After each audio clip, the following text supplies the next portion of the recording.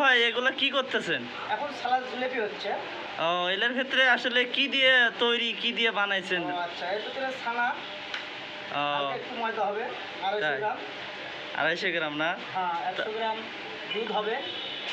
আসলে মূলত এই যে ছানাটা এটা আসলে দুধ থেকেই তো তৈরি করেন হ্যাঁ, নাকি? এটা দুধ থেকে তৈরি হয়, আমাদের গোয়াল আছে। ও এই গোয়াল ছানা থেকে দেওয়া হয়। ও তো ভালো তো। আসলে এটা কালারটা মনে হয় কালো কালার হয়। হ্যাঁ, কালো কালার হবে। গোল সিস্টেম ছানার জিলেপি না? হ্যাঁ, এটা গোল সিস্টেম ছানা জিলাপি, এখনো প্রসেস হয়নি।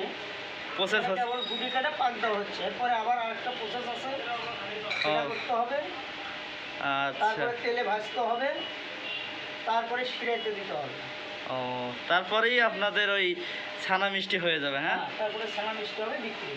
ও সুন্দর তো ছানা। আসলে দেখেন ভাইয়েরা, আপনারা অনেক সুন্দর গুটিগুলো দেখুন। আচ্ছা লেবু ভাই, তাহলে এটা এই মুহূর্তে মানে সামনে ভাজবেন না? হ্যাঁ, এটা সামনে ভাজা হবে। আচ্ছা দর্শক, আমরা নেক্সট ভিডিওতে যেভাবে ভাজে আমরা নেক্সট ভিডিওতে পরবর্তীতে দেখাবো।